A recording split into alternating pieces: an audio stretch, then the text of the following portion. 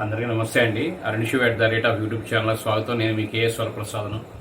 నేను మీకు ఈరోజు ఈ వీడియోలో మనం నిత్యం ఎక్కడికన్నా కొనుగోలు నిమిత్తం ఒక స్వీట్ షాప్కి వెళ్ళనివ్వండి, ఒక అరటిపళ్ళు బండి దగ్గరికి వెళ్ళనివ్వండి, ఇలా కొన్ని ఆహార పదార్థాలు అమ్మే చోటుకు మనం కొంతమంది వెళ్తుంటాం. కొంతమందికి ఏంటంటే ఒక విచిత్రమైన అలవాటు ఉంటుందండి. ఆ అలవాటు గురించి మనం తెలుసుకుందాం ఈ వీడియోలో. అవి ఏమిటంటే, ఉదాహరణకి ఒక పకోడీ షాపు, బజ్జీల పునుగుల షాప్ దగ్గరికి వెళ్ళారనుకోండి, వారు డిస్ప్లే నిమిత్తం ఏ పకోడీ అయినా పైన పెడితే అడగకుండా గబిక్కిన పకోడీ ముక్క తీసుకొని తినేస్తుంటారు. ఒక స్వీట్ షాప్కి వెళ్ళారనుకోండి, ఒక సీసాల్లో మిక్చర్గా నేను పోస్తుంటే అడగకుండా చేతులు పెట్టుకొని తినేస్తుంటారు. అలా కొంతమంది అరటిపళ్ళు బండి దగ్గరికి వెళ్తుంటారు. ఓ 25 కాయలు 30 కాయలు కొంటారు. 100 రూపాయలు 200 పెట్టి కొంటారు. ఆ తదుపరి టక్మని చేపెట్టేసి ఒక అరటిపళ్ళు తీసుకుని తినేస్తుంటారు. మనం ఏంటంటే కొన్ని నడవడికలు అనేది మన పిల్లలకి అనేది నేర్పుకోవాలండి. ఎందుకంటే నేను తీసుకోవడం తప్పని అనట్లేదు, మనం వాళ్ళని అడిగి తీసుకొని తినాలి.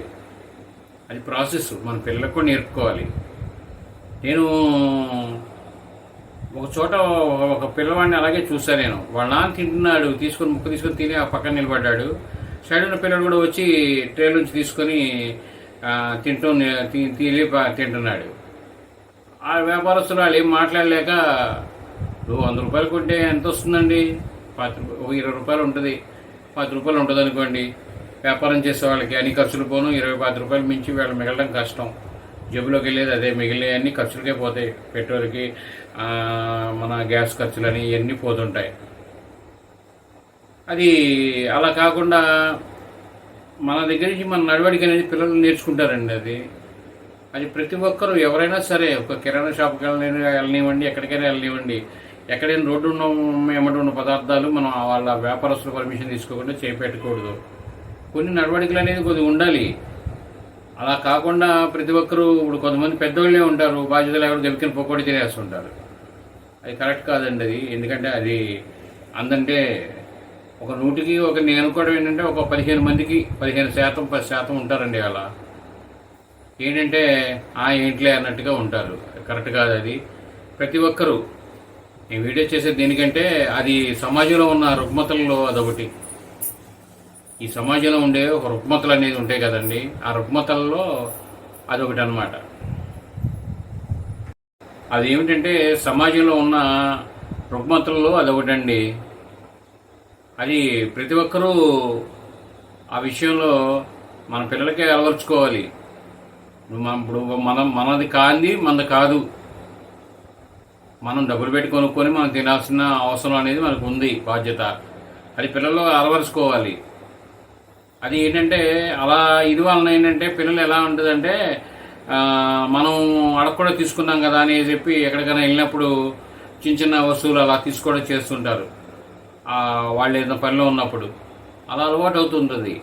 అలా కాదండి, ఖచ్చితంగా కళాఖండితంగా ప్రతి ఒక్కరూ వారి నడవడికల్లో అయినా చిన్న పొరపాట్లు అనేది ఉంటే మార్చుకొని ముందుకు వెళ్ళాలి. మనం మంచి జీవితం కావాలనుకున్నప్పుడు కొన్ని నడవడికలు అనేది, మనం ముఖ్యమైన నడవడికలు అనేది కంపల్సరీ మార్చుకోవాలండి. దానిలో సమస్య లేదు. ఎందుకంటే మనం మనం పిల్లలకి చూపించుకోవాలి. పిల్లలకు మార్గదర్శి ఎవరు అంటే ఫస్ట్ తండ్రి, తల్లి, కుటుంబ సభ్యులు, వీళ్ళే మార్గదర్శి ముందు వాళ్ళకి వెళ్ళేది. తర్వాత గురువులు, బడికి వెళ్ళినప్పుడు గురువు చెప్పే పాఠాలు నేర్చుకుంటాడు, విషయాలు నేర్చుకుంటాడు ఫ్రెండ్స్ దగ్గర, లోకంలో చుట్టూ ఉన్న వాళ్ళ దగ్గర, అన్ని సమాజం నుంచి కొన్ని నేర్చుకుంటారు. కానీ ఎక్కువ ఫాలో అయ్యే తల్లిదండ్రుల మీదే. కాబట్టి ఏంటంటే నడవడిక అనేది, మాట విధానం కానీ ఏదైనా సరే మనం చేసే ఇది మన పిల్లల మీద ప్రభావం చూపిస్తుంటుంది. అది నేను ఈ నా వ్యాపార అనుభవంలో నేను గమనించిన కొన్ని విషయాల్లో ఇదొకటండి. కంపల్సరీ ఎవరైనా సరే అలవాటు ఉంటే మానుకోవడం అనేది మంచిది. ఎందుకంటే మన భవిష్యత్తులో మన పిల్లలు మంచి పొజిషన్కి, ఒక ఆలోచనకి రావాలి అంటే మనం కొన్ని మన లైఫ్లో ఇటువంటి అలవాట్లనే వదులుకోవాలండి. ఈ వీడియో మీరు పూర్తిగా చూసినందుకు ధన్యవాదాలు.